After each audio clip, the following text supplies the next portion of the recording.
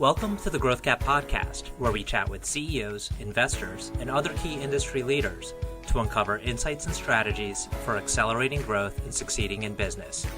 I'm your host, RJ Lumba. In this episode, we chat with Paul Black, the CEO of Allscripts, which is a leading provider of healthcare information technology solutions, ranging from population health management to virtual care to precision medicine to genomics to pharma data analytics and to post-acute care, among many other solutions. Paul shares with us his focus on maximizing opportunity and the importance of continuous innovation in producing long-term relevance and a strong path to growth. He speaks to his younger years, where work ethic was instilled as he experienced what it was like to work on a farm. He also recounts the impressive set of folks he worked with during his IBM and Cerner years and the importance of vision. In addition, Paul shares more foundational insights such as the 5 key attributes of humility, kindness, patience, gratitude, and being happy. We hope you enjoy the show. So Paul, thank you so much for taking the time to chat with us today. Maybe what we could do is kick off with your background. You have a very fascinating kind of start to your career, and even before that, your interest in healthcare. I think I read that as a child, you had accidentally drank something which had was very poignant experience for you, which kind of then led to your interest in the field. Could we start off at that point? Sure, RJ. Thank you very much for having me today, and welcome to all the listeners. Hopefully there'll be lots of you. Yeah, the experience that you're referring to is when I was 5 years old, I drank some weed poison, and it fundamentally had some arsenic in it.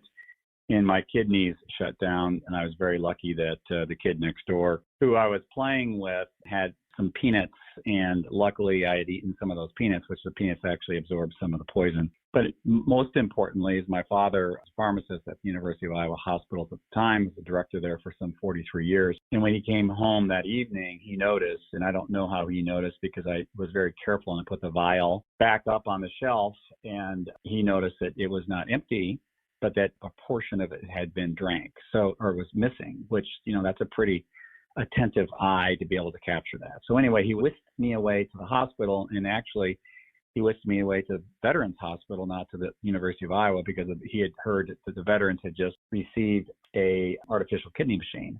And my dad, I think, projected that potentially it was going to be a problem. He took me to the VA, and I was extraordinarily lucky because that would have been in the 1963-64 timeframe.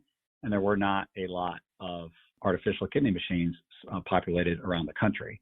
Matter of fact, it was extraordinarily rare that there would have been one in the middle of nowhere in Iowa. And so I consider myself quite lucky to even be alive. That's some quick thinking by your father. I imagine that throughout your life, you kind of were able to, especially your early childhood and young adulthood, you were able to see kind of some of the things that he was doing and see what his interests were, which helped, lay some type of foundation for you. Do you see it that way, or was kind of your interest somewhat separate? Yeah, no, it absolutely was. I mean, that early upbringing from, my mother and my father, but they both are extraordinarily hard workers. My dad, although he was a state employee, he would go to work every day, early, come back for lunch. Back in those days, we only had one car, so we'd pick him up. And then he'd come back for dinner, and then we'd take him back to work. He'd go back to work after dinner every night, and he would also work on Saturdays. So he was always tinkering. He was always kind of today you'd call him an entrepreneur. Back then you'd call him a physicist or a scientist, and that he was always trying to invent new ways of doing things differently. And not to infer that a pharmacist was inventing any new medications, of course, but just things like he invented a way to be able to do all the cart. He invented the concept around a cart in unit dose way back. He was the original founder, if you will, of that construct of unit dose. And so I was influenced by that, and influenced by why is that important? Well, because, the people that are walking around on the floor, that they're all extraordinarily efficient and good people, and they've all taken the Hippocratic Oath. But if you have a bunch of different medications in your pocket, it's easy potentially to make a medication error, which he was very big on, trying to make everything much more safe in that environment. So I grew up with that as, kind of an entrepreneur, kind of a tinkerer, if you will, the guy that, and I don't want to say mad scientist, but somebody who was always thinking about how to do things differently and better. And he was that influence that was on me. And again, I don't want to overstress the nature of the fact, even though he was a state employee, I don't want to exert that, but it is interesting, especially in today's world. That's not something that potentially a lot of innovation would come out of just because of the way things work in the world today. So that I was very proud of that, and that influenced me, both the work ethic as well as the work that is performed by healthcare caregivers actually saves lives, and that's a different calling, if you will, or that's a different capability that you have by going to work for that type of company versus going to work for somebody that builds railroad ties or something like that. So it's much more interesting and easier to get my brain around why it was important. What I find really interesting is that some of the inventions, so to speak, that he was working on are almost directly relevant to some of the platform technologies that you have today. You mentioned dosing, and it just maybe reminders for patients to take their medication. And maybe this is a good segue into Allscripts, but maybe we could maybe start there and then talk more broadly about Allscripts and the various platforms it provides. Sure. The other thing that came out of that, just interestingly, was he obviously knew what to do because he was a pharmacist and he knew where to go because he's a healthcare person. And he kind of sat back and said that the average person might not know this. So he actually invented and set up the very first poison information control line. So an 800 number way back when 800 numbers were pretty expensive. And so anybody in the state of Iowa could call the centralized number and say, I think somebody may have taken some medication, especially a mom or a dad. And so he set up that Poison Information Control Center as another service to people as a result of this thing that almost cost me my life. So, just again, other things that came out of that were pretty interesting. And as you say, there's a fair amount of tangential legacy to some of the things we're doing here at Allscripts. And so at Allscripts, I thought it was important to innovate. And I think it's important to, build upon the great, wonderful trust that we have established with our clients, but also in order for us to be relevant long-term, we have to be thinking about other things. Somewhat similar to my dad, I could have just, put a warning label on a vial or warning label on arsenic or something like that. And he said, not only do we do that, but I should assume that other things could come out of that are bad. And let's think about the range of options, or the range of, in this case, bad outcomes, and how do we control for the bad outcomes, which is what the Poison Information Control Center is all about. So when I think about what we do, I think a lot about, the platforms that we have around the population health management. That was the first one that we really worked on when I got here. Being able to connect open and create open connected communities. We also have a fair amount of work now that's become extraordinarily relevant around consumer, especially as the consumers become more engaged in their health, and especially right now with COVID, as the consumers are actually, looking into their health record and then trying to find a physician that they can talk to and do that online and do that through video versus going into a clinic or a hospital. We also done a lot of work around precision medicine. And from my perspective, everybody in medicine attempts to do things in a precise way. And certainly anybody that's a blood banker or a pharmacist understands the need to be precise and the need to make sure that you don't have any errors in your calculations and decimal ranges and cumulative toxicity, et cetera. But that also then translates over into how do I, from a precision standpoint, make sure that the medication that's been prescribed is actually going to be metabolized by the human that it's been prescribed to based on the way that their body works. And that's why all the work around genomic sequencing and everything that's happening in pharmacogenomics and other versions of this new diagnostic that we have, which is called, looking at the genotype of humans, has become extraordinarily mainstream and extraordinarily interesting to me. The work that we're doing around the post-acute care space, so what happens when people get discharged out of the hospital, where do they go, how do we know where they went, who's accountable for them afterwards? 25% of the people that come out of a hospital actually go to some additional care setting versus coming straight home. And how do we account for that? How do we make sure that off is there? And then again, how do we take care of them long term and know where they went? Another platform that we have is around payer and life sciences. Our Veradigm business has a lot to do with the data that becomes a byproduct of all the information that we are automating today. But importantly, that data can be analyzed, structured, stored, AI put against it, where a lot of different algorithms can justify new learning around specific conditions, around specific medications that are already out there, around specific use cases that are important to both pharma and to insurance companies. That's a big piece of our business.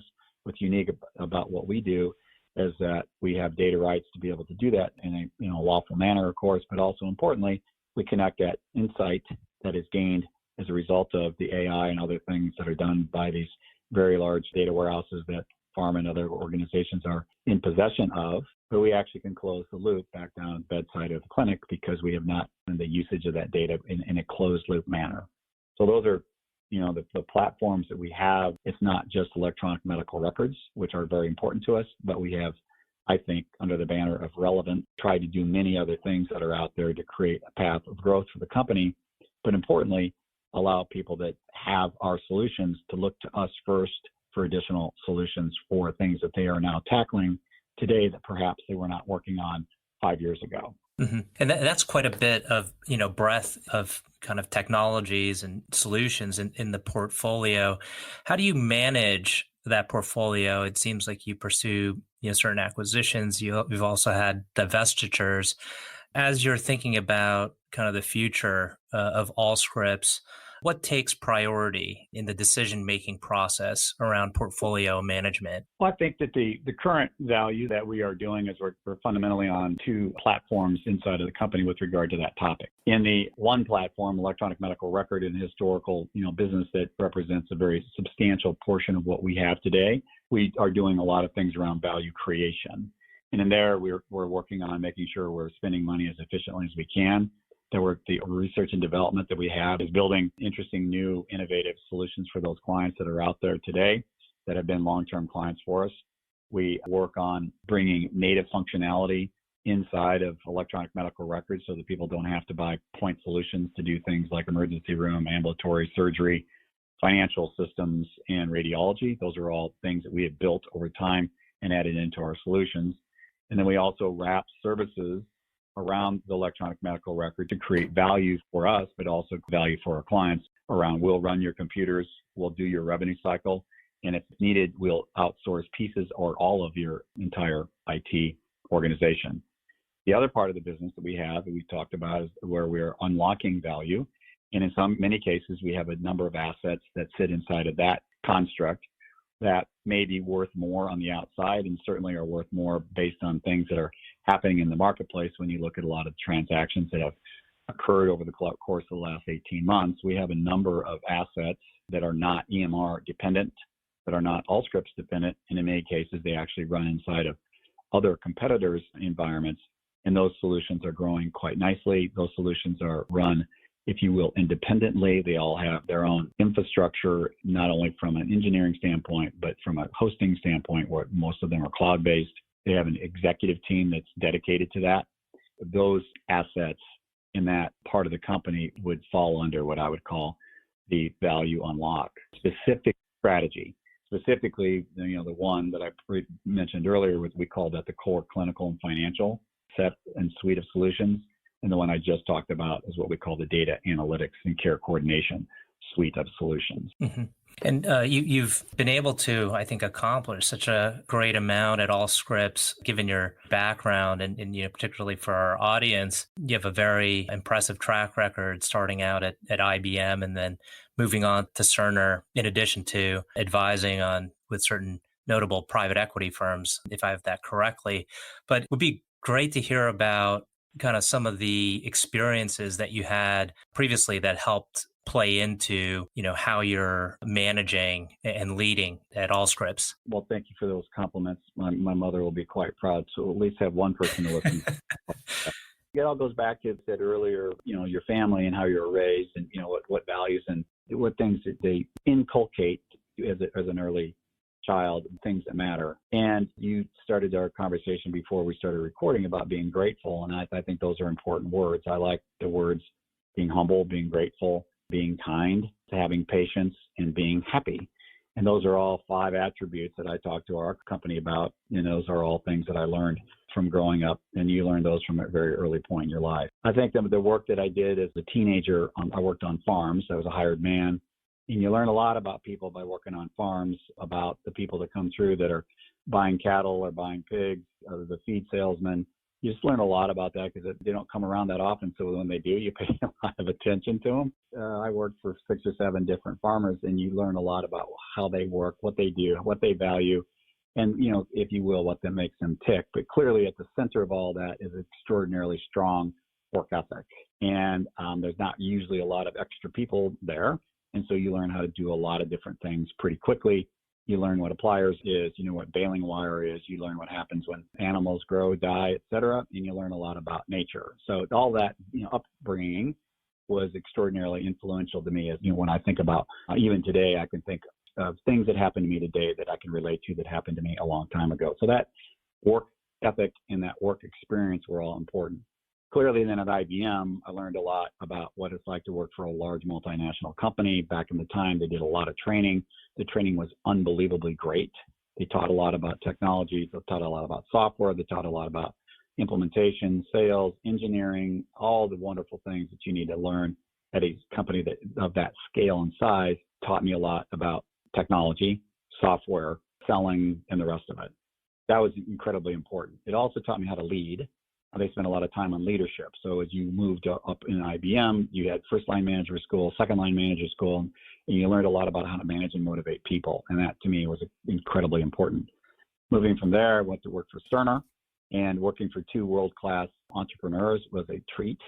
And working with entrepreneurs is something that's always now been relished in my mind, because certainly at IBM, the entrepreneurs were gone, if you will, or the founders were gone. And also I had a direct line experience of being at a company that when I got there was about $100 million in revenue.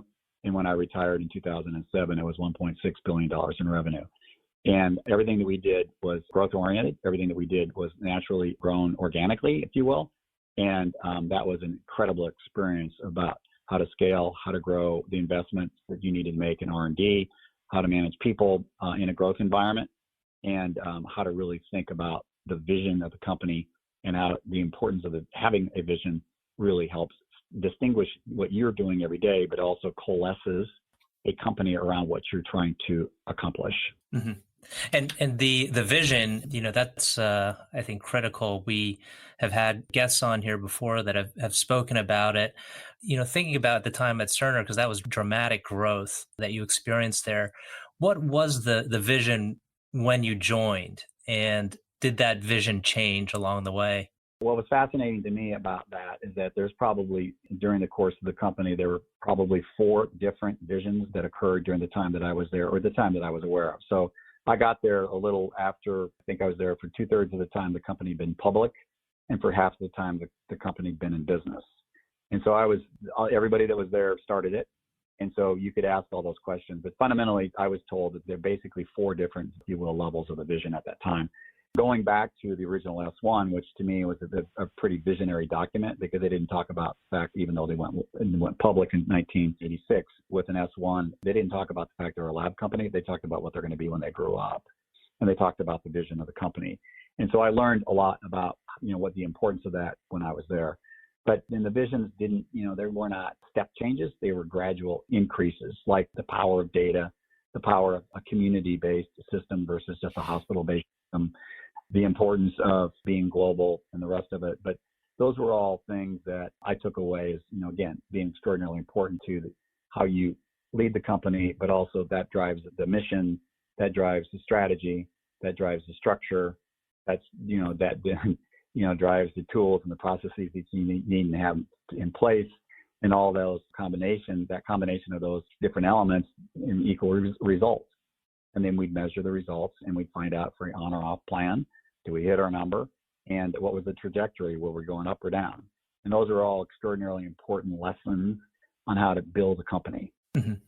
And, these days we have somewhat uncertain times. There's certainly ups and downs every day with new news coming out. And I'm curious, leading during this time, are there certain kind of tenets that you keep in mind as you approach decision-making on a day-to-day basis? The decisions that you have to make in any of these kinds of scenarios, while this is a scenario that's certainly unplanned and it's unprecedented, and we've all heard all the different adjectives to describe it, but fundamentally, you still have to make decisions. And the decisions that a CEO makes, is always run through 3 different filters. There's a filter that looks at the investors and that, how they would approach or think about the decisions that you're making. You got a decision that has to do with the clients that you're serving each and every day. And they're always going to want you to spend more on their particular issues or their particular products. And then you also have the decision algorithm, if you will, or the lens of looking at the associate. And I think over the course of these last 5 months, I would say that we were able to balance all three of those. We have done a lot of work with regard to the restructuring of the company to make it more profitable, to make it leaner, and to take a fair amount of cost out. And that happened all during the course of this event. We also have spent a lot of time with clients in helping to innovate to get things like telemedicine out in front of them as quickly as possible, to help them with the algorithms they're trying to understand with regard to the data that they have in order to understand the populations that they're serving and how best to serve them with a brand new symptom that has not occurred in the past, and how to diagnose that, how to treat it, how to isolate the patients, and what happens again, as I mentioned earlier, after those people are discharged. Where do they go? How do we track them, et cetera? The data that are being used by the successful organizations has been incredibly valuable. And that data comes from a strategy that we've had for a very long time, not only about collecting it, but also allowing clients through our open architecture to have access to that data. They don't have to ask permission for it. They have immediate access to it, and they can run their algorithms around it to be able to gain value. And then on the associate side, there's a lot of anxiety out there. There's been a lot of concern about everything that's happening. People are dying. People are getting sick. There's not a known cause of the spread. There's not a known vaccine yet. There's not a known therapy that is effective. And we've seen the ebbs and flows, if you will, of the number of patients in the United States and the number of positive tests that are now coming back. That creates a fair amount of anxiety for people. So we've pretty much halted most travel. We have instantiated a work-at-home policy, which most people have done, and we have set up people around the world in order to be able to access VPN and continue doing the work that they do. We're lucky in that we support healthcare, and healthcare has still been relatively resilient on a worldwide basis. Healthcare is needed during the COVID crisis, and we're also lucky in that we provide mission-critical applications to healthcare. People aren't calling us and turning things off. They're actually calling us and asking for more work, more capability, and the importance of what we do has been accentuated as a result of this pandemic. So on the people side, what we've done around communications from a leadership standpoint, we communicate every week. I communicate every week. We have quarterly town halls for results and other big matters, but every week I send out an email to try to keep the messaging consistent, to keep the messaging frequent, and to keep people from creating their own version of what's happening in the company, or perhaps listening to somebody else who might be trying to create that version for them on my behalf. So that happens. And I think that, whether it's you're a historian like I am, I like to read books about great leaders that have had certainly harder times than what I have experienced, and certainly harder times than what we are experiencing, as hard as it all feels. This is not World War III. It is at a pandemic level with regard to certain conditions, and the people are suffering from it. But it's a different type of battle that's being waged. And it's when I look at the leadership, then there's been other big, major, all-encompassing, affect everyone kind of issue. The best analogy the closest analogy I've been able to find is that of a war.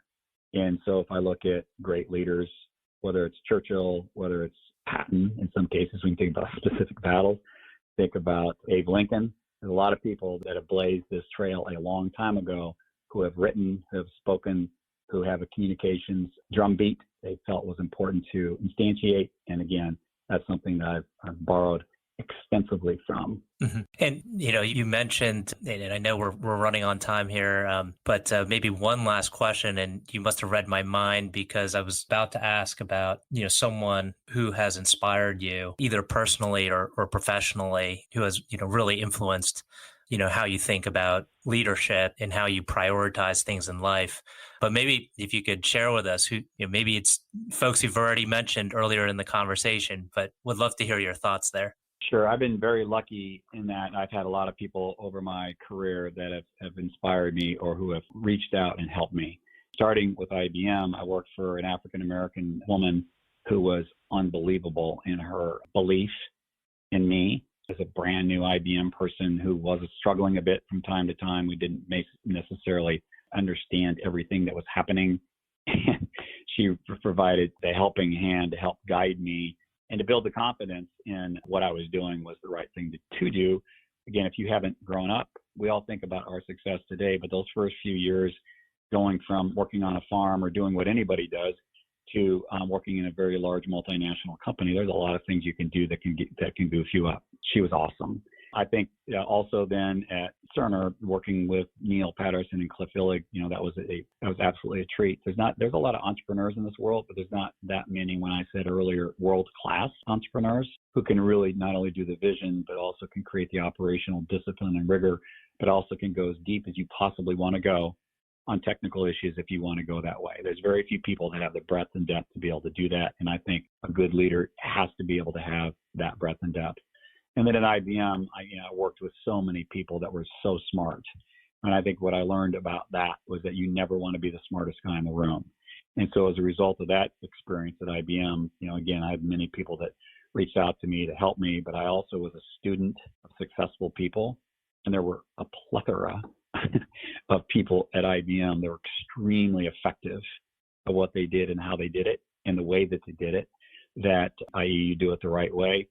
That was just, the code of conduct in the way that IBM company back when I was there was built, and that's how it got to be one of the most admired companies on earth during that time of the 80s and the 90s. So I've been extremely lucky in that regard. And then at Allscripts, I'm very happy to say I've got a number of people that I work with on a day-to-day basis. Rick Polton, Lisa Corey, John Sage. There's a bunch of people that have been doing this for a long time. They're extremely good at what they do. They're very professional. They're very entrepreneurial. And I, again, have not had to suffer from being the smartest guy in the room ever.